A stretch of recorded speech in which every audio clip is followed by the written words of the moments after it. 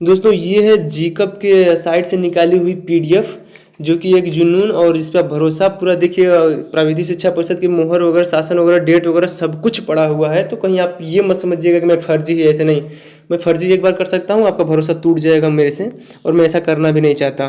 तो ये सब सारी प्रक्रिया है, आप कैसे ऑनलाइन करेंगे, रजिस्ट्रेशन कैसे करेंगे, प्रवेश परीक्षा की क्या वरीयता है, आरक्षण आपको कहाँ कहाँ कैसे कैसे मिलता है, प्रवेश वरीयता क्या चीज़ें होती हैं, उसके बाद सीटों का आवंटन कैसे होता है, आप सब सारी चीज़ें ऊपर की जो 4 स्टेप हैं आप लोग उसे परिपूर्ण कर चुके हैं। अब यहाँ से बातें स्टार्ट होती हैं, सीटों का आवंटन कैसे होता है, उसके बाद अब काउंसलिंग, यानी काउंसलिंग आपको कैसे करानी है, काउंसलिंग के बाद आपके पास कौन कौन से पेपर होने चाहिए, इन सब बातों पे। तो चलिए हम बताते हैं कि क्या लिखी हुई है बातें इसमें। हम थोड़ा सा इसे जूम कर लेते हैं और बड़े प्यार से आप लोगों को सुनाते हैं। सीटों का आवंटन, किसी भी ग्रुप में सीटों की आवंटन की प्रक्रिया प्रारंभ करने के लिए उस ग्रुप की वरीयता सूची के क्रम में अभ्यर्थी को सीट आवंटित की जाएगी। प्रत्येक अभ्यर्थी के लिए उसके द्वारा अंकित प्रथम वरीयता के विकल्प में संस्था व पाठ्यक्रम के लिए यह परीक्षा किया जाएगी कि क्या उसकी सीट एवं आरक्षण वर्ग के आधार पर उसके द्वारा दिए गए विकल्प व सीट आवंटित की जा सकती है। यदि ऐसा नहीं है तो उसके द्वारा वरीयता क्रम में चिन्हित अगले विकल्प की संस्था व पाठ्यक्रम के लिए वही प्रक्रिया दोहराई जाएगी जब तक उसके द्वारा दिए गए समस्त विकल्प समाप्त न हो जाएं अथवा उसे कोई आवंटन न प्राप्त हो जाए। तत्पश्चात अगले वरीयता में अभ्यर्थी के लिए यही प्रक्रिया दोहराई जाएगी और इसी क्रम में समस्त अभ्यर्थियों के लिए इस प्रक्रिया का पालन करते हुए सीटों का आवंटन किया जाएगा जब तक कि समस्त अभ्यर्थी की सूची सीटें समाप्त न हो जाए। मतलब इसके कहने का मतलब ये है कि आप जैसे 4 कॉलेज डालते हैं तो मान लीजिए पहला कॉलेज आपका नंबर कम है, आपकी रैंक कम है, पहला कॉलेज आपको अलॉट नहीं होता है, दूसरा कॉलेज अलॉट नहीं होता है, तो तीसरा मिलेगा, चौथा मिलेगा। ये प्रक्रिया चलती रहेगी कब तक, जब तक आपको जब तक कोई कॉलेज अलॉट नहीं हो जाता या फिर जब तक सारी सीटें फुल नहीं हो जाती। अब बात आती है छठे नंबर पे स्वास्थ्य और कुछ एक मतलब प्राविधिक शिक्षा परिषद एक बाउंडेशन रखती है कि आपके मेडिकल सर्टिफिकेट लगती है बच्चों की, वो चीज़ें हैं यहाँ पे। वहाँ पे लिखा गया है प्राविधिक शिक्षा परिषद के से संबंध संस्थाओं में चल रहे डिप्लोमा पाठ्यक्रमों में प्रवेश हेतु अभ्यर्थी को मानसिक तथा शारीरिक रूप से स्वस्थ होना चाहिए एवं उसके शरीर में कोई भी ऐसी कमी नहीं होनी चाहिए जिसके कारण वह प्रोफेशनल कार्य दक्षता में संपन्न न हो सके। प्रत्येक अभ्यर्थी को प्रवेश लेने से पूर्व चिकित्सा द्वारा निर्गत स्वास्थ्यता प्रमाण पत्र प्रस्तुत करना होगा। यानी आप जब एडमिशन लेने जाएंगे तो आपके पास मेडिकल सर्टिफिकेट होना चाहिए, वो भी MBBS। ध्यान रखिएगा, काउंसलिंग कराने से पहले इस पेपर को आप तैयार करा लीजिए, काफ़ी बेहतर होगा आपके लिए, नहीं तो फिर आपके लिए प्रॉब्लम ही होगी। अब आगे बात करते हैं शिक्षण संस्थान। राजकीय संस्थाओं में हेतु शिक्षण संस्थान छात्रावास शुल्क समय पर जारी शासना आदेश के अनुरूप तथा अनुदानित एवं निजी क्षेत्र की संस्थाओं का शुल्क प्रवेश एवं फीस नियम सीमित उत्तर प्रदेश के अधीन होगा। ये नहीं कि संस्था अपने मनमानी हॉस्टल फीस ले ले, नहीं, जो प्राविधिक शिक्षा की फीस होगी वही फीस आपको हॉस्टल के लिए, जब आप अगर हॉस्टल के लिए फॉर्म अप्लाई करेंगे कि मुझे हॉस्टल चाहिए, तो वो उसके लिए है। आगे बात करते हैं काउंसलिंग।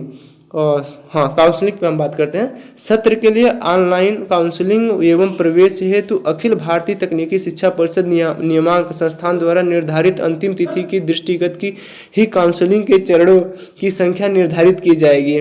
अगर दूसरा स्टेप है इसमें, राजकीय एवं अनुदानित पॉलिटेक्निक संस्थाओं हेतु प्रवेश क्षमता के शासना अनुसार तथा निजी क्षेत्र की संस्थाओं हेतु प्राविधिक शिक्षा परिषद उत्तर प्रदेश द्वारा निर्धारित प्रवेश क्षमता के आधार पर प्रवेश परीक्षा परिषद द्वारा संस्थावार पाठ्यक्रम एवं वर्गवार सीट मैट्रिक्स तैयार की जाएगी जिसके सापेक्ष आवंटन किया जाएगा एवं सीट मैट्रिक्स परिषद के पोर्टल पर अपलोड कर दी जाएगी। यानी आपको कौन सा कॉलेज अलॉट हुआ है ये चीज़ें आपको पोर्टल पे आप देख पाएंगे, जीकब की साइट पे देख पाएंगे, प्राविधिक शिक्षा BTUP की साइट पे देख पाएंगे।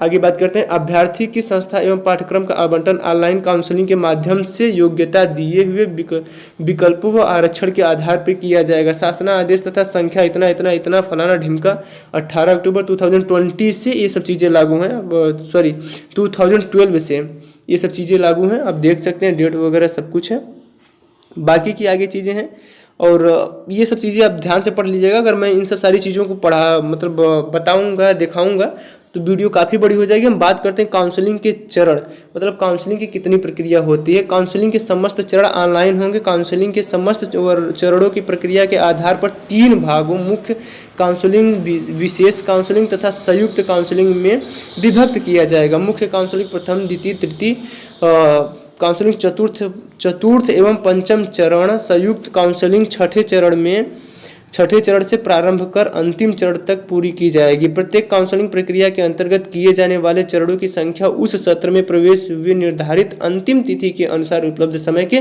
दृष्टिगत परिषद द्वारा परिवर्तित की जा सकेगी। प्रवेश हेतु सीट आवंटन काउंसलिंग को अधिक सुगम, उपयुक्तता, मैत्रीपूर्ण एवं पारदर्शिता बनाने हेतु निगत वर्षों से प्राप्त अनुभव के आधार पर काउंसलिंग के प्रत्येक चरण में की जाने वाली प्रतिक्रियाएं तथा यथासंभव एवं पाठ्यक्रम का विकल्प चयन, अभिलेख, सत्यापन शुल्क, काउंसलिंग चरणों के लिए अभ्यर्थन, आवंटित सीट निरस्तीकरण के नियमों के प्रत्येक चरण हेतु अवधि, संस्था के प्रवेशित छात्र छात्राओं की रिपोर्टिंग का निर्धारित संयुक्त प्रवेश परीक्षा परिषद उत्तर प्रदेश द्वारा किया जाएगा। काउंसलिंग सीट आवंटन प्रक्रिया हेतु निर्धारित किए गए उपर्युक्त चरणों के संबंध के रूप से किए जाएंगे, जिसमें से अखिल भारतीय तकनीकी शिक्षा परिषद नियामक संस्था द्वारा निर्धारित अंतिम तिथि वर्तमान में शैक्षणिक सत्र में अगस्त माह के 15 तारीख तक समस्त प्रवेश प्रक्रिया पूर्ण कर ली जाएगी। ये तो मतलब काफ़ी टाइम पहले की है, लेकिन सारे नियम यही होंगे, बस ये फर्क है कि अब कोविड-19 की वजह से थोड़ा सा लेट है। तब इस चीज़ को मत समझिएगा कि काफ़ी पुराना दिखा रहे हैं, फर्जी है, नहीं। हाँ, ये चीज़ें बाकी सारे रूल नियम वही हैं, बस वक्त थोड़ा सा परिवर्तन है। ये सब सारी प्रक्रिया है, आप देख लिए हैं। और आखिरी चरण ये इसका आखिरी पेज है, टोटल 6 पेज है। वक्त निकाल के थोड़ा सा पढ़ लीजिएगा जिसको ज़रूरत होगी। क्यों? क्योंकि आपको संस्था के कोई भी टीचर आपके साथ बदतमीजी या फिर आपको बेवकूफ़ नहीं बना सकता है। क्यों? क्योंकि आप काउंसलिंग और एडमिशन के सारे प्रोसेस आपके नॉलेज की चीज़ें, उसे आप नॉलेज में रखिएगा। अगर नॉलेज नहीं रखेंगे तो फिर आपको दौड़ाते फिराते रहेंगे कॉलेज वाले और आप परेशान रहेंगे। तो दोस्तों, ये थी सारी इंफॉर्मेशन जेकब के साइट से निकाली हुई नोटिफिकेशन थी, जो कि मैंने आप लोगों को पढ़ के देख के सुनाया। हाँ, अगर इस चीज़ की परिपूर्ण जानकारी लेनी होगी, अगर मैं इस चीज़ को परिपूर्ण जानकारी देता तो वीडियो काफ़ी बड़ी हो जाती। वैसे भी ऑलरेडी 8-9 मिनट की वीडियो हो चुकी है और ज़्यादा बड़ी वीडियो इरिटेट करने लगती है और भी प्रॉब्लम है।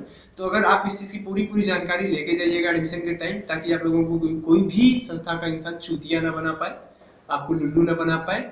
आपको अगर ये दिक्कत होती है निकालने में, अगर मुझ पर भरोसा है तो आप मेरे व्हाट्सएप नंबर पे कमेंट मैसेज डालिएगा या फिर कमेंट सेक्शन में लिख सकते हैं। मैं आपको PDF रूप में ये चीज़ें सेंड कर दूंगा। इतना हेल्प मेरी तरफ से जरूर होगा। मैं हर संभव आप लोगों की प्रॉब्लम सॉर्ट आउट करने की कोशिश करूंगा। तब तक के लिए दीजिए इजाज़त। परमेश्वर से दुआ करूंगा, जिंदगी रही तो फिर मिलेंगे। माय ग्रेट इंडिया, जय हिंद।